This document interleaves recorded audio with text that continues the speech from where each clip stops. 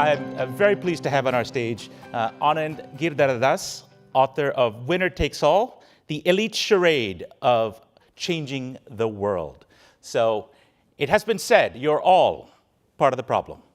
And now we're going to hear what Anand thinks might be the solutions here. The Economist recently ran a review of your book.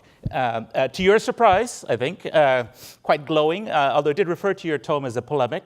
I've enjoyed your book very much. I have many questions about it. I want to challenge you, but it may have to be done over a drink at the end of this conference, given that we have only 14 minutes left on our time, and we're meant to talk specifically about one part of the thesis that is really to do with our gathering today, impact investing. When we were chatting before this event, you started by saying impact investing is putting arsonists in charge of the fire brigade. So why don't we start there? Tell us what do you mean by this, Anand? Yeah, that's what we call the gentle on-ramp to a conversation. I think we live in an extraordinary time marked by, in this country and certain others, two very pronounced tendencies. One, this is really a time of tremendous elite generosity and elite interest in solving the biggest public problems of our time, right? More money being given away than ever is sort of one measure of that. But also, like, which major company in America does not now talk about its first obligation as being the betterment of civilization? Coca-Cola is in the clean water business. Goldman Sachs is trying to help small businesses flourish in communities. Just watch the Super Bowl. One ad after, everybody's in that game. You go to campuses, every young person. Young people do not say on campuses, I really want to make a lot of money, even if they do. Africa is always involved in their play. You know, they got something with Africa, even if they've never been to Africa. Right. Going to Africa is no longer a bar to saving it for many people. And yet, that desire of elites to do something, and impact investing is, I think, one of the modalities that's arisen in that phenomenon. This is, as we all know, a period of persistent, staggering inequality, which is sometimes a boring word. What inequality is often really about is kind of the hoarding of the future. Every year, the future rains on us. Innovation, I often say, is the Latin word for new shit. There's a lot of new shit. In our lifetimes, maybe more new shit than has ever been invented in anybody else's lifetime, right? The Victorians might argue with that. They had a lot of invention too, but I mean, it's pretty amazing. You go to villages in India and people are basically on this Google thing that was invented like 20 years. Like, it's amazing what has happened in our age.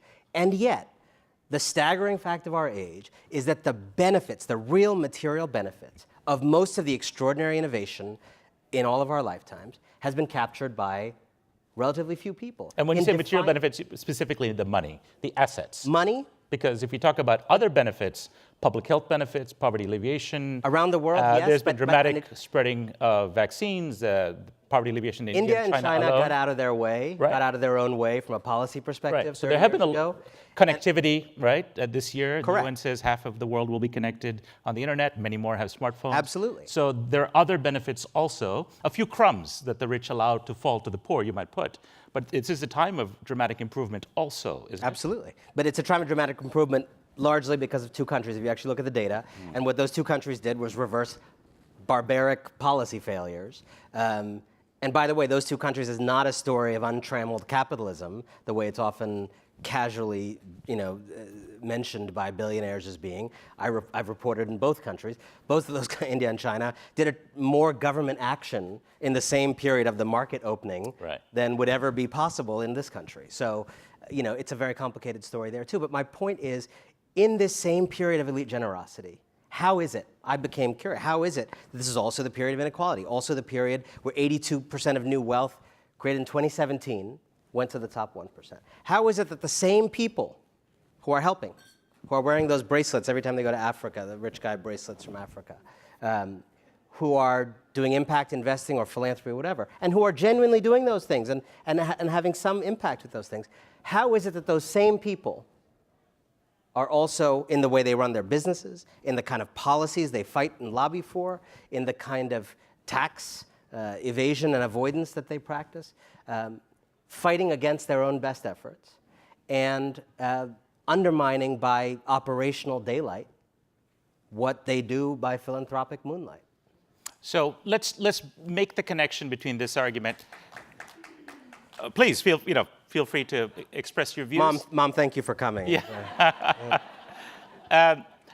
So this is broadly writ a summary of the thesis of your book, right? And that the charitable giving, particularly by companies and the wealthy, is a distraction at best, and worse, maybe a palliative that keeps us from seeing what's actually being done. And you're not alone. Our energy editor was on stage, Charlotte Howard, earlier today, making a similar argument about what ExxonMobil and the oil companies are doing with very small tokens in the direction of green energy or carbon tax lobbying, when in fact the vast... You might think Exxon's a renewables company if you listen to their podcast advertisements. Right, but she looked at the hard numbers on their actual lobbying in Washington and the API, the industry lobbying group and so on, and argued that in fact there hasn't been significant change, even at Shell, arguably the most progressive of the big oil companies. So your argument is well taken in this House. It has been made on the idea of let's say, a shiny object over here that keeps you from looking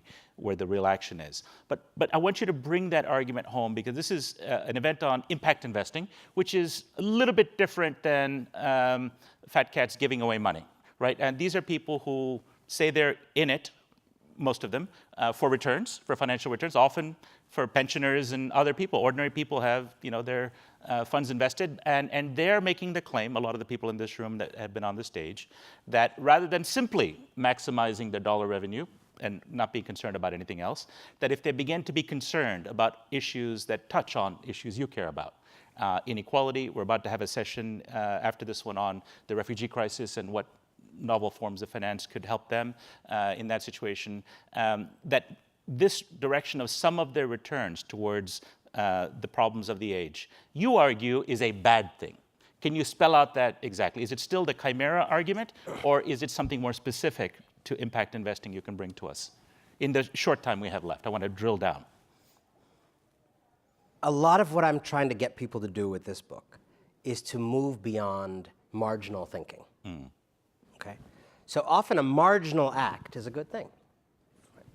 And what you don't look at when you look at something marginally is the full effect of a system. Okay? So a lot of these impact funds, there's all kinds of impact funds, as you all know better than me, but a lot of them are attached to very big financial institutions, right, that continue to do everything they do. Business as usual. I don't know, and maybe I'm wrong, I don't know a single story of an impact fund within Goldman or TPG or whatever that has transformed the main business. So here's my concern then, because I report in a lot of communities that have been affected by what big finance has done in its main business over the last 30, 40 years, the financialization of our economy. I mean, this is something you don't have to talk to me. You go to HBS, and scholars there will say the financial sector has way too much power over the real economy relative to management teams, just start there, and then go down the line to employees, communities, et cetera. So my concern with a TPG impact fund or a Goldman impact fund or green bonds or whatever is that people in the main business, of whom there are many more, who have way more money, are undermining in the way they invest their money, and more importantly, in what they lobby for, whatever that impact fund is doing. So it's the tail of the dog argument. You're just looking at the tail, the dog is still doing it. And lobby, so one thing is, like, if you are doing the kinds of private equity, so David Rubenstein, Carlyle Group, you do these kind of deals where you buy this nursing home chain that he was exposed on, some months ago in the Washington Post, I think, right? So classic. You buy the nursing home chain, a lot of old people there, you fill it with debt, you start making them service the debt, they got to cut costs drastically. What happens? Bed sores go up by a lot, there's some overdose. I mean, it's just like we all know this, right? It's exhausting. And then you create some little thing over here.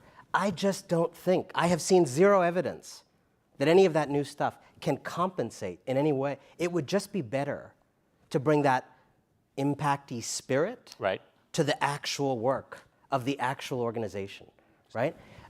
I would much rather, and I'm sure women would much rather, that Goldman Sachs simply had refrained from playing its part in causing a financial crisis that frankly knocked millions of women off their feet, instead of doing a 10,000 women program over here, right? I would rather the Sackler family not fund all these art wings, we'd have a little less art, but maybe we wouldn't have so many tens of thousands of people dead from an opioid crisis. Sure. Right? I would take those deals. Okay. So your argument is clear. It's direct. You have been challenged. So let me turn the microphone to you.